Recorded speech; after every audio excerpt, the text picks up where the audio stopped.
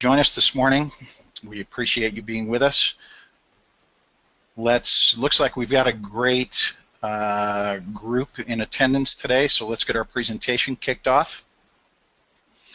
WPA's Working People Analytics is leading organizational intelligence about a company's unique work, its behaviors, its culture. It's a very robust cloud-based toolbox that provides leaders with evidence for decision-making about their organizations and productivity, engagement, culture. WPA North America holds this series of short, informative webinars monthly. Our next webinar will be September 21st, same time. And that is going to be on a fascinating topic, actually, ensuring alignment between your people and their work with your purpose and strategic objectives.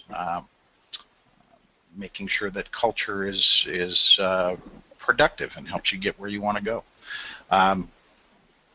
Attendees will be in listen-only mode for the webinar, but please be sure to submit your questions by using the questions function in the webinar platform. One more housekeeping note, this webinar is being recorded and is made available on our website or through a follow-up email. I think we're also posting them on YouTube now as well. All right, so we'll get started here. I'm Tom West. I work with WPA conducting our training and certification programs as well as working with our partners. Stephen Smith is also with Team WPA and has a background in HR, analytics, and organizational behavioral psychology. And I'm proud to work with and introduce Kevin Schlater, who's president of WPA North America and part of the global WPA team. Kevin has more than 25 years experience in corporate financial performance, organizational leadership, and strategic planning. So with that said, Kevin, I'll turn things over to you, and let's go ahead and get started. Tom, thank you very much. Always excited to do these 30-minute webinars. They're short, they're sweet, they're to the point, and the point today has everything to do with this impending feeling that we need more people all the time. And I have a good background with which to talk about this, working as a CPA, as a finance person, in executive leadership roles in organizations, and understanding that more people are very expensive, add a lot of complexity, and aren't always the answer, so we'll show some of that. But to kick ourselves off, let's release the first of a couple of back-to-back quick poll questions that we have. Yeah, we'll go ahead and do that. And these are very fast, as Kevin said, just yes-no questions, but they kind of set the tone for our discussion today. And our first poll is open. Please respond. Quickly, is your organization growing and planning to hire more people in the next 12 months? We're getting some fast response there. As you would assume, about 80% say yes. So far, we'll leave that open for another moment.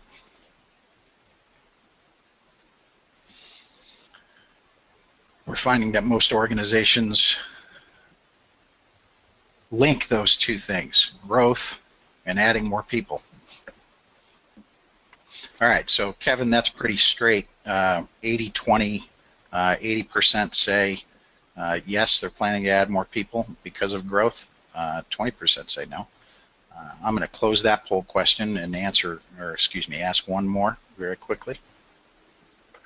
Yeah, very common what we see there. Obviously, with economically driven. With general growth in the economy, and that depends on where you're at in the world, since we have global attendees here. Mm-hmm. Now here's our next question.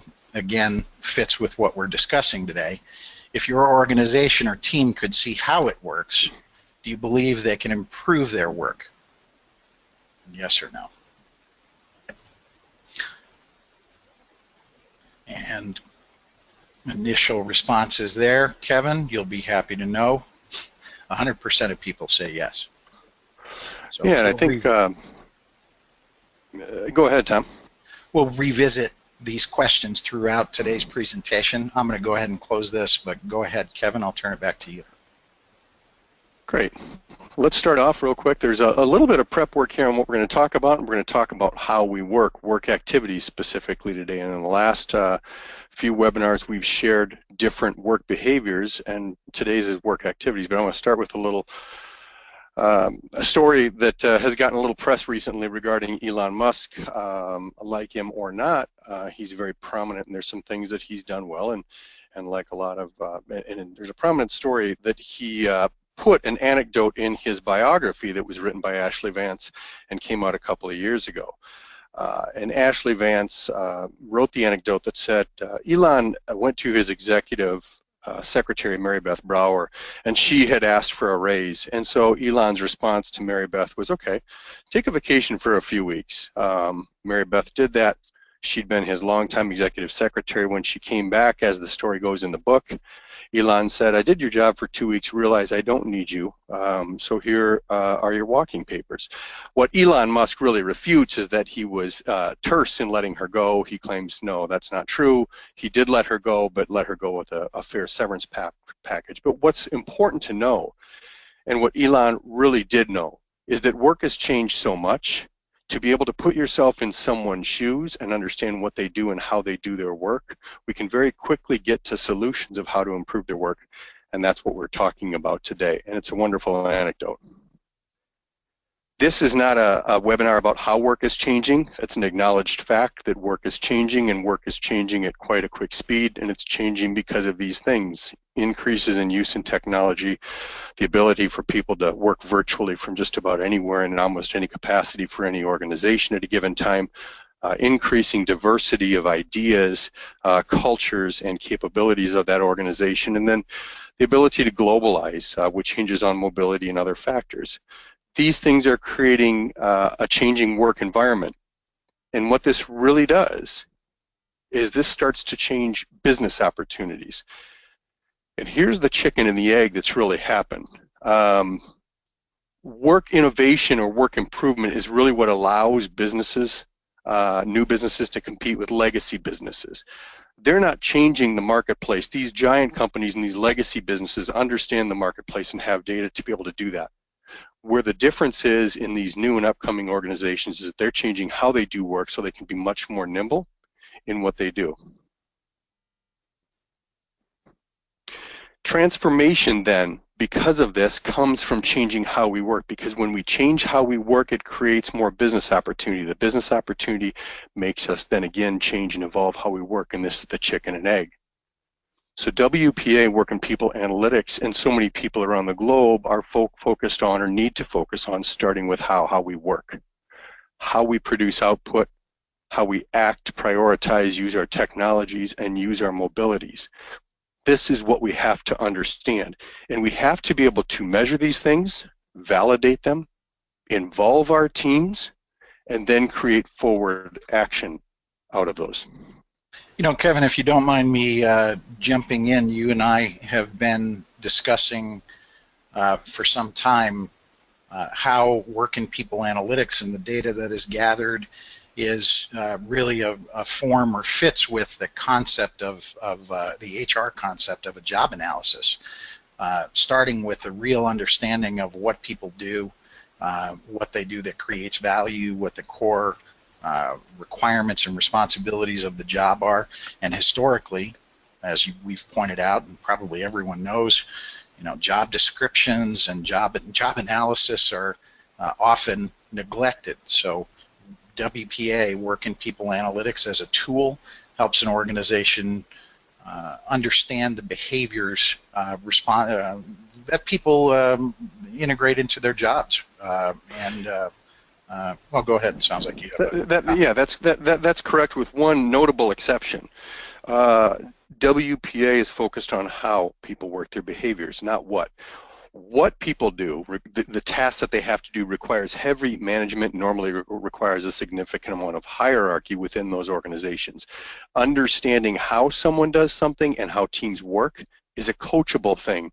So the behaviors can be learned, and those behaviors produce better behaviors normally within the organization. It's a growth pattern within the organization. So when we're talking about behaviors, we're talking about these things: mobility, collaboration, activities, networks, and technologies, and we're focusing on work activities today. So how do we understand these work activities? How do we get to know this? It requires participation of everyone.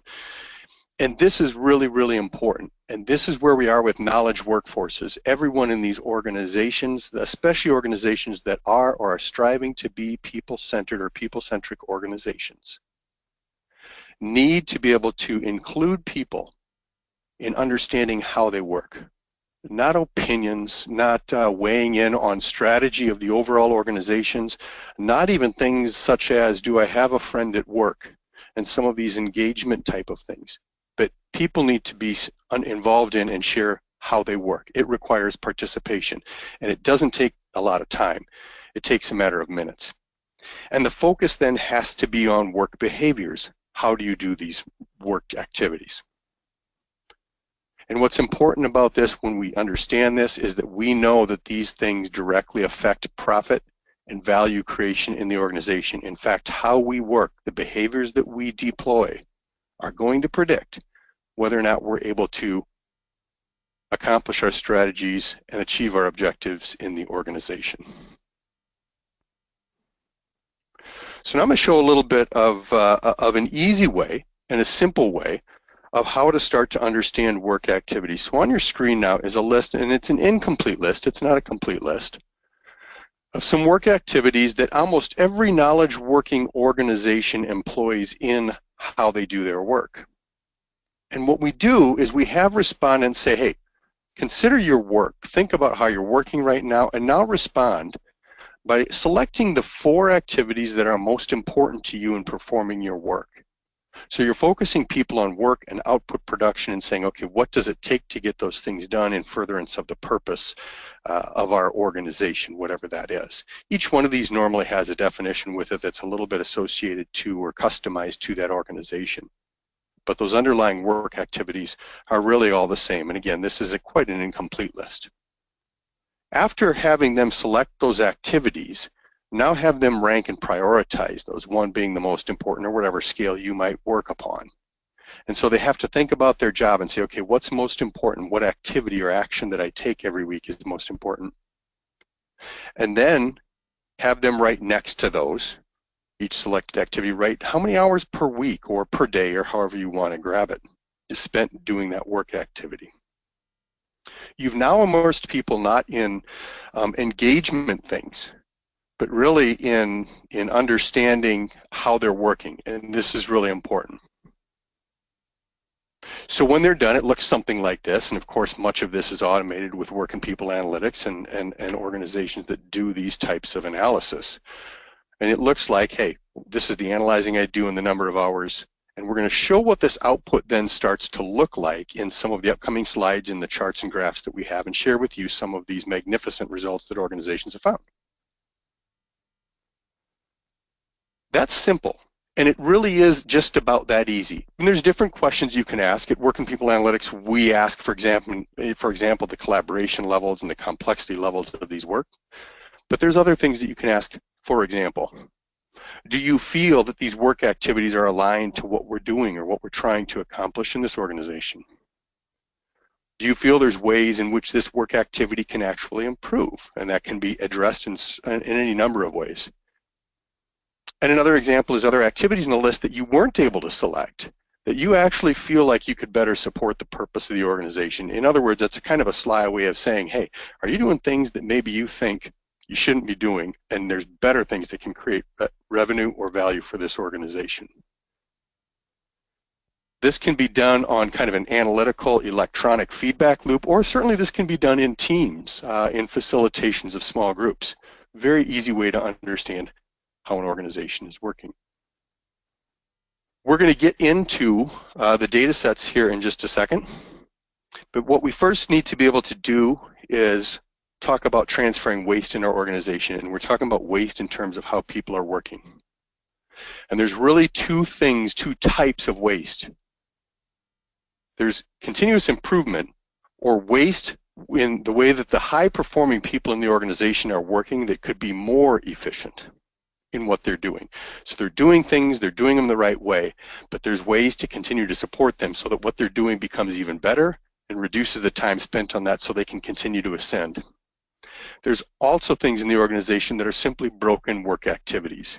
And perhaps that's what Elon Musk was identifying when he sat down in front of Mary Beth's computer and sat at her desk for 2 weeks and said, hey, I don't know that we need to do these things in this way anymore. In every instance, what we're really trying to do is take energy that's already in the organization and not get rid of it if they're broken, but transfer that energy to more positive work activities that are going to create value. And as we talked about, since the world of work and our business opportunities are changing so much, this is important that we transfer that and not just remove it. If we remove it, we run the risk now that we do have to find more people. Kevin, if you don't mind me just pointing out, I wonder if anyone noticed in the list of work behaviors that you showed a couple of slides ago, and we certainly don't have to go back there, but there was evidence of what you're talking about. A low priority activity, I think it was ranked 3rd out of 4, was corresponding, yet it was the most number of hours or highest volume per week in that example, correct? Yeah, and that some of that happens. A leader in workplace and workforce strategy in the United States had done a study and said that people look at their email on average 36 times in an hour. And that is alarming in many respects, or could be, or perhaps should be alarming to people.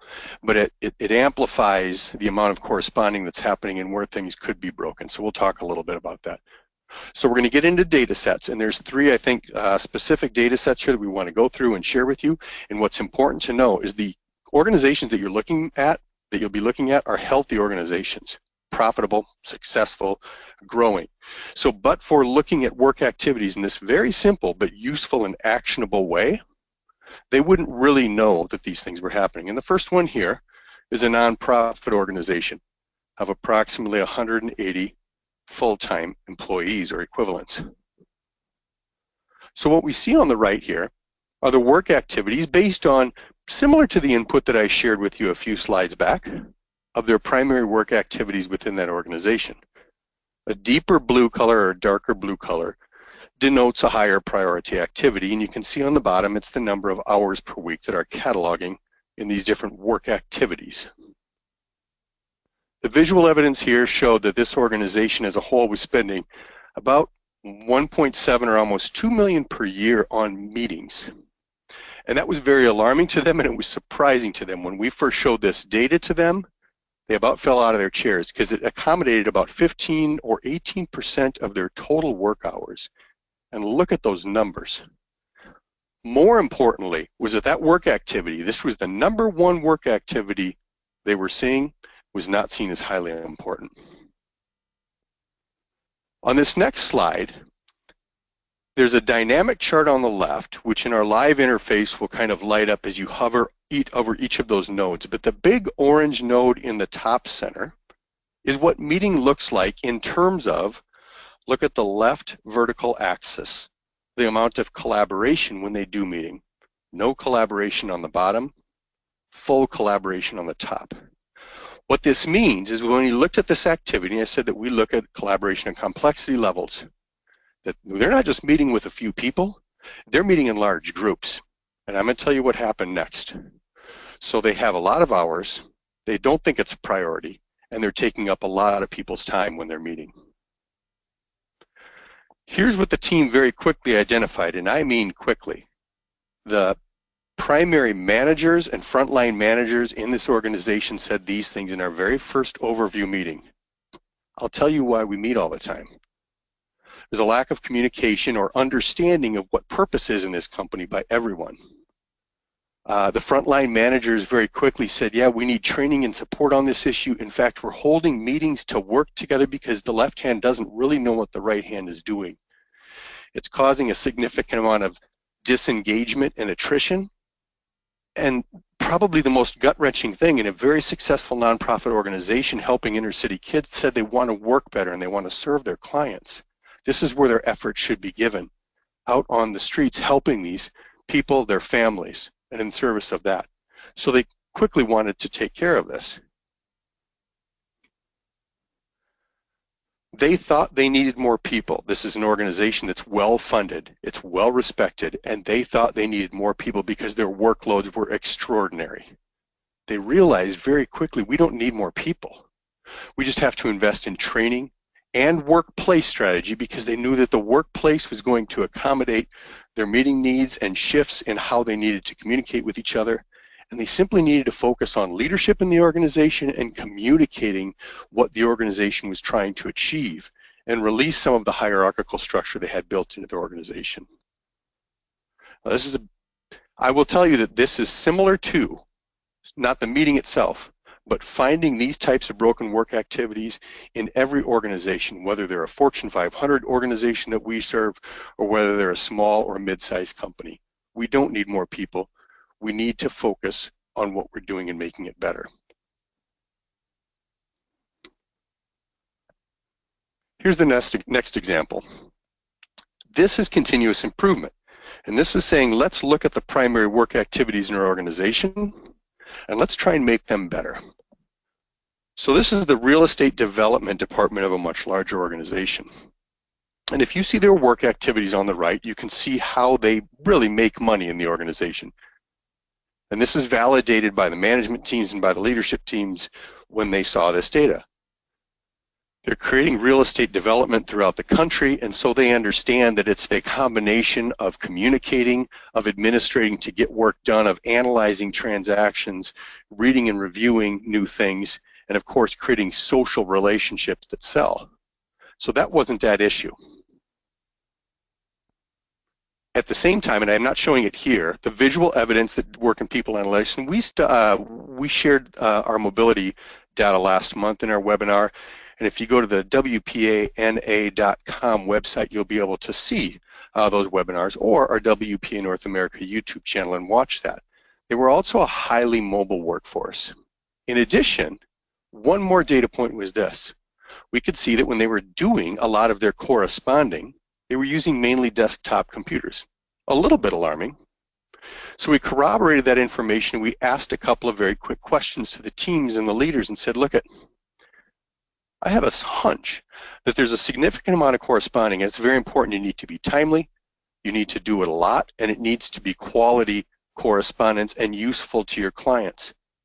Do you have a lot of people, since you're so mobile externally, you're out moving around the country and around the world, do you have people who come into the office at nights and on weekends simply to sit at their computer and respond to emails or different inquiries? The answer was a resounding, oh, we do that all the time. Now you're talking about a culture now that is starting to feed on itself of, hey, we just have old technology and systems, that's just the way it does, but it was building a significant amount of waste within the organization and a culture of frustration. They identified pretty swiftly that, hey, if we just kind of correct this and updated our technology, I could work from home on a Saturday morning, we could probably reduce this, and we will reduce this, and did reduce this, 20%. So again, they do not need more people, and they had pressure on admins and additional people within the organization. They do not need more people, which would only add greater complexity, confusion, and cost to the organization, but they needed investments in technology, training, and workplace. And now they can tie those investments to technology directly to the ROI that they're going to receive in terms of not needing more people. And the exponential effect is that the organization's people see that the organization itself cares about how they work and the work that they're doing, and so the culture improves. Tom, any questions yet? I just thought I'd take a real just quick check-in to see if anybody's had a question or an inquiry, and there's another data set to share. No, good examples. The one question that came in was about corresponding, and I brought that up just a moment ago, but okay. I would suggest that it's wise to recall how we kicked this off, the initial poll questions. organizations are striving for growth. Often that is correlated with adding more people, but our audience responded unanimously, 100%, that understanding those work behaviors, understanding how people actually work, can really be the answer, not necessarily more people. One thing that we found at WPA is that phrasing the question about business and work is psychologically safe for people. They know how to respond to that, and they are willing and able and want to respond to how they work and their work behaviors. What is not psychologically safe for them is giving feedback on their leaders. It's not psychologically safe to share how many friends they have at work or some of those types of things. And that's why those things become a little less actionable than focusing in and zeroing in on work. So when the data is fed back to the teams themselves and they see it, they're very quick to say, oh, here's how we can improve. And when they realize that that relief of those volumes of work hours and pressure comes, they realize they can ascend and develop themselves further. And now they see growth in the organization for themselves. Huge amounts of exponential positives. So the very last data set, and this is more finding broken work activities, and this is interesting. This is a kind of a different way of looking at it. This is a corporate headquarters of a business services department, and they were growing and serving satellite pieces of their organization throughout the country.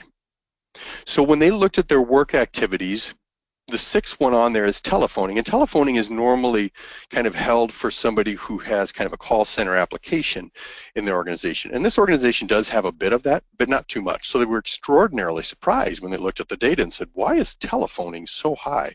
Why are we spending almost 400 or 500 hours per week on this? It costs us a lot of time and a lot of money. Plus, I think we're going to have to build a new call center. That's not the case. Here's what was happening. The team very quickly said, I will tell you why we are doing more and more of this, and it's not productive. We've had a lot of growth in this organization. It's a highly successful organization, one of the top 5 in the country in their industry. But we lack procedures now because of our rapid growth. And it's frustrating everyone here because we're answering the same questions over and over and over again to all of these satellite organizations. So we need to create a system where they can be trained and where they can understand what they're doing. And because of that, we can relieve this pressure. No, we don't need more telephone. We just need some procedures. And here's the answer. We need to evolve our organizational structure a little bit, flatten it out just a little bit, allow them to learn themselves, but give them the tools to do that and invest in training and procedure manuals. They did also have a workplace strategy need for some other reasons in that organization as well. But the answers were not more people. And this is an organization that said at the very beginning of doing their scan, I think we probably need to hire 20 to 30% more people in the coming 24 months. That was not the case at all. So what we're really trying to do when we're talking about this transfer of work energy is we have to identify waste and move it into bold and new innovative work. I showed that work dynamic model to you previously, and in a future webinar we'll go over this in a little more in particular. But as I finish up, I'm just going to share this. If we look at those nodes, and each one of those represents a volume of a work activity, and we see how complex they are and the level of collaboration needed, what we're really attempting to do in these organizations is move work away from these more administrative or transactional areas to the areas that take more collaboration and perhaps aren't as complex, or expertise work where this is highly complex human work that needs to take place but not a high level of collaboration. And of course the work that's highly complex and needs the work of a lot of people to work together on trying to figure out solutions and identify opportunities, and that's innovation.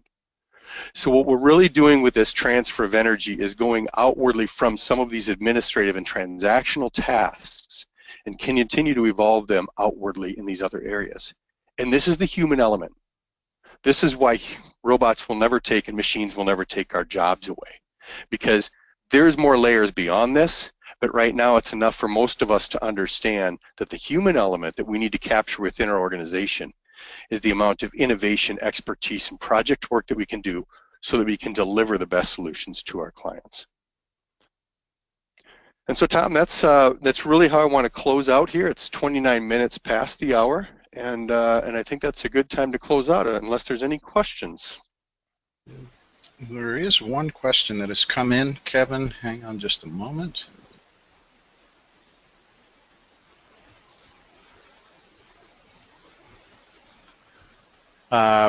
Which is asking, and I guess really it's probably your next slide, Kevin, just the big picture. This is one facet of a really robust cloud-based toolbox that we call Working People Analytics. It's multiple models that come together to provide evidence for leaders' decision-making about organizations and how they work. WPA Working People Analytics really has implications for people and work behaviors and culture and higher levels of engagement, also performance and productivity, and lastly, workplace design and how that impacts how people work. And again, I would recall those initial poll questions. Most organizations who are striving for higher levels of growth automatically often think that they need more people. But our poll question was, if you really understood how people work, might that be the answer to achieving higher growth and not necessarily adding more people? So hopefully we've kept this short and kept it informative and given you some evidence that that does work. And Kevin, I would say any last comments? I know you've got one or two more slides, but no, that's it, Tom. I will say that we love doing this. We love sharing. We love learning, and we love hearing from everyone.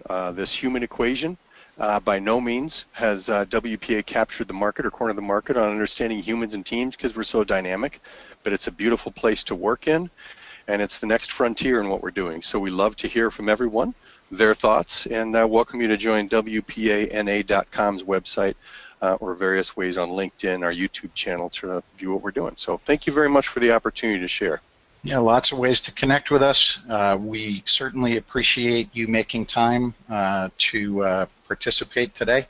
Our next webinar, as is noted there on the screen, is September 21st, and really this is a big topic. How do you ensure that your culture is in alignment with your purpose and vision, what you're trying to achieve?